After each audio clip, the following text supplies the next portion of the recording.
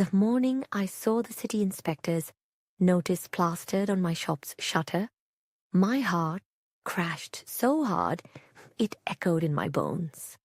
Under the cold official stamp were the words, "Operating license under review," and a glossy photo that pulled the floor from under me. There, beneath the harsh fluorescent light of dawn, were the wilted greens I dumped upside down at the back of my own kitchen, the same faded vegetables I'd been too tired to toss out.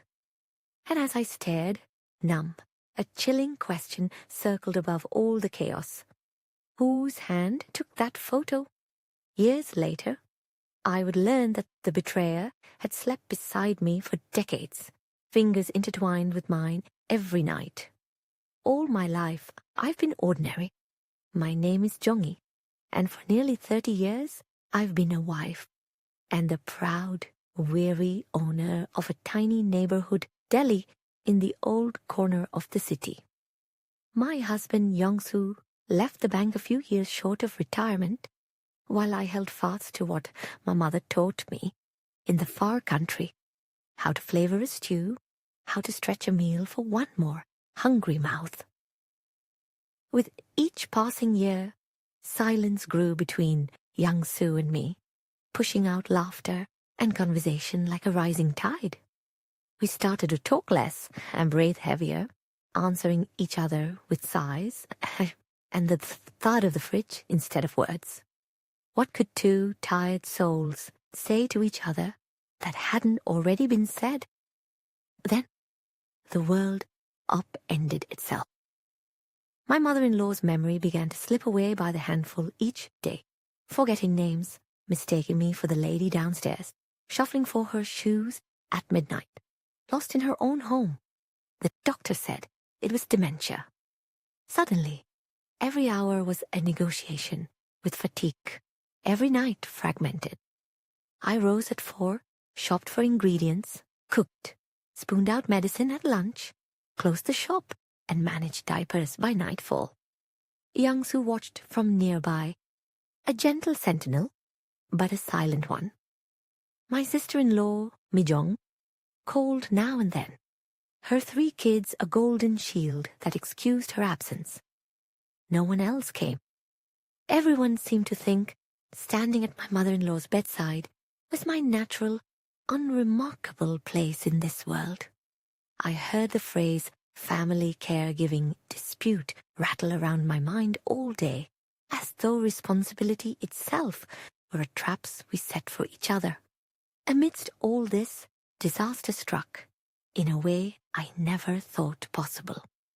One morning, the local moms group exploded with rumors of my shop, name and address right up front, followed by wild accusations, spoiled ingredients, a child with food poisoning, filth creeping behind every counter. And there it was, a photo of my kitchen, my red rubber cleaning gloves beside the old shelf where I worked every morning. Only someone inside could have taken that picture. The shame burned right through my blood. I scrambled to defend myself, demanded a health inspection, passed it, of course, but that meant nothing to the rumor mill. Soon, posts urging boycotts were everywhere. Calls from angry strangers flooded my phone. For the first time, I felt what the words character assassination really meant. It's not just a story in the news. The longer those sleepless nights stretched on, the more my mind wandered to the photo.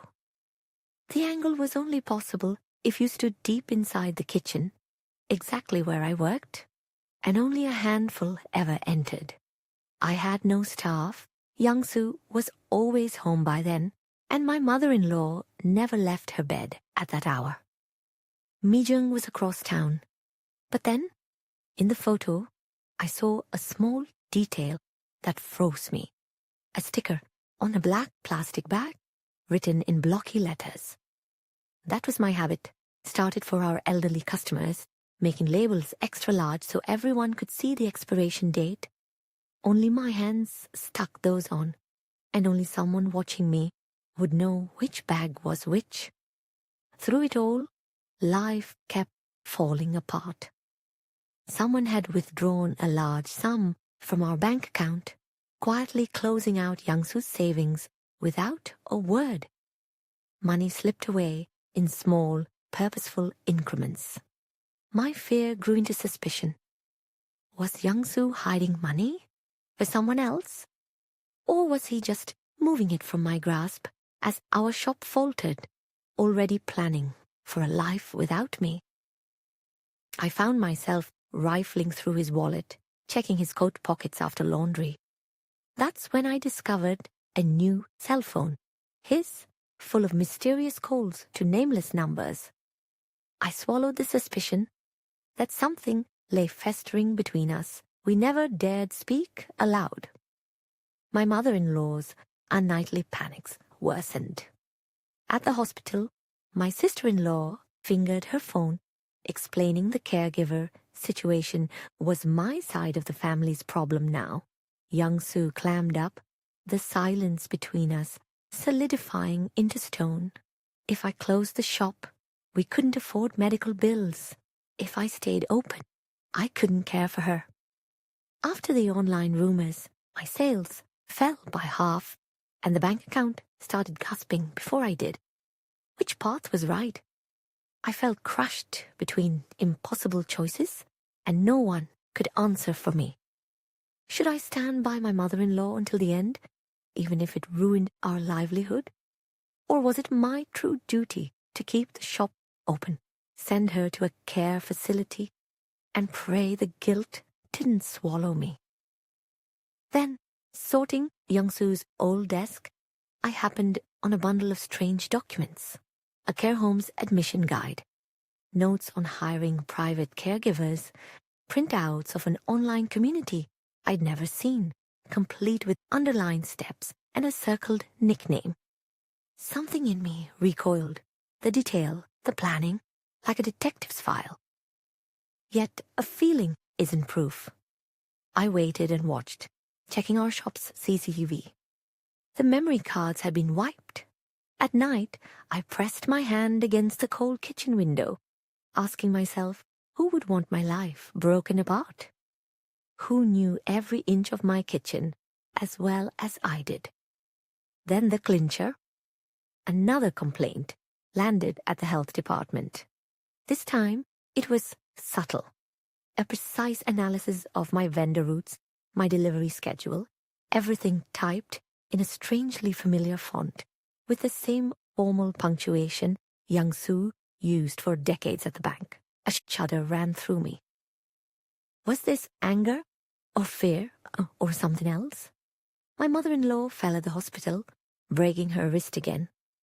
Youngsu winced and groaned, clutching his back whenever caretaking was mentioned.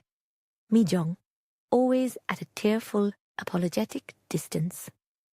Each night I collapsed, sometimes sleeping beside my ledger, other times with my business licenses, my whole life spread before me like a failed recipe. Until one night I heard a sound, a key in the back door, footsteps so light they barely pressed against the linoleum. I waited behind the door, phone in my hand, and watched. Through my small camera perched on the shelf, I saw a shadow moving, a man's figure, his hat pulled low. I lifted my phone, holding my breath as I pressed record. By tone, reviewing the footage, I saw it. A man inside my kitchen, aiming a phone at the shelves, angling it for another damning photo.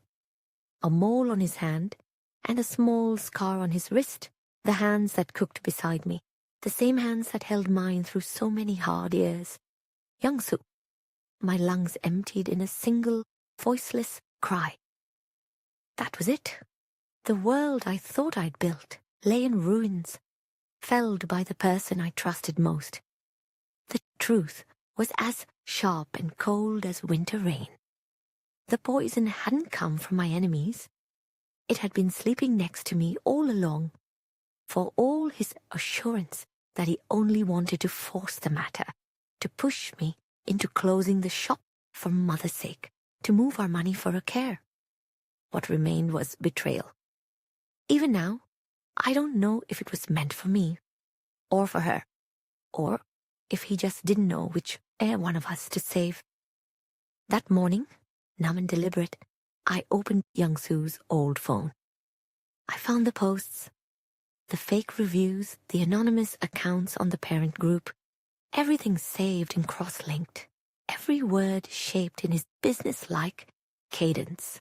If he'd only spoken to me, explained the money, confessed the exhaustion, maybe we could have borne it together. Instead, he'd chosen to destroy my name to solve a family problem, all in the dark. I wanted to hate him, but I was so tired I couldn't feel anything at all. Just an ache in my chest and a shaking in my hands. Even when the explanation came, that the hidden funds paid for mother's doctor, that the cruel acts were supposed to clear the way for caregiving, I could not forgive the violence done to my name, to my faith in us as a family. A wound like that closes, but always leaves a scar. I decided the secrets couldn't be buried. One day, I arranged the evidence, CCTV footage, the forged accounts, the peculiarity of his typing style, out in front of Young-Soo and Mi-jung. This wasn't about humiliating anyone. It was about placing the truth where no one could avert their eyes. The money he'd hidden, I redirected to hospital fees and proper government support for my mother-in-law. We wrote out a new schedule for visiting and caring for her. Everyone taking turns. No more hiding. I closed my shop for a month. One small mercy to gather myself and reach out to my customers, offering them the health inspection results and opening my kitchen to their eyes. It took deeper breaths than I thought possible to prove my innocence, but when I opened again, I changed my sign. Below the old name, now it read, Nutritious Lunches for Grown Folks, because in a place where children's needs reign, I learned the hard way adults need looking after too. Customers trickled back, questions and apologies mixed in with new rumors. Some called for a formal statement, some looked away. I couldn't guide them. My only choice was to rebuild in my own way, show them my kitchen and my hands once again. My mother-in-law settled quietly into her care home, surrounded by order and small comforts. Young-Soo became a dutiful visitor, circling the doorstep as I reopened each morning, searching for warmth he knew wouldn't come easily. This pain cannot be soothed by words or quick amends. It will take time, and that, at least, I am willing to give. Sometimes, standing alone by the wall, I ask myself, where did our family's cracks begin, and why did I refuse to see them? If I'd reached out first, had we spoken more when our marriage cooled, would betrayal have felt less inevitable? Caregiving is a family's responsibility, but it should never become an excuse to crush one person so others can escape. Even if Young-Soo's intentions began in love for his mother, keeping the truth from me was a wound, not a kindness. The gossip that nearly ruined me was fueled by someone I had trusted more than anyone. Now, every sunrise, I sit quietly beside my mother-in-law on her hospital bed, naming the birds outside her window. Sometimes she forgets who I am.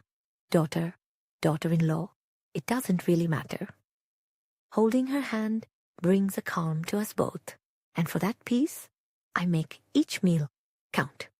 Young-Soo and I still walk on eggshells at home, the air between us tinged with old dust.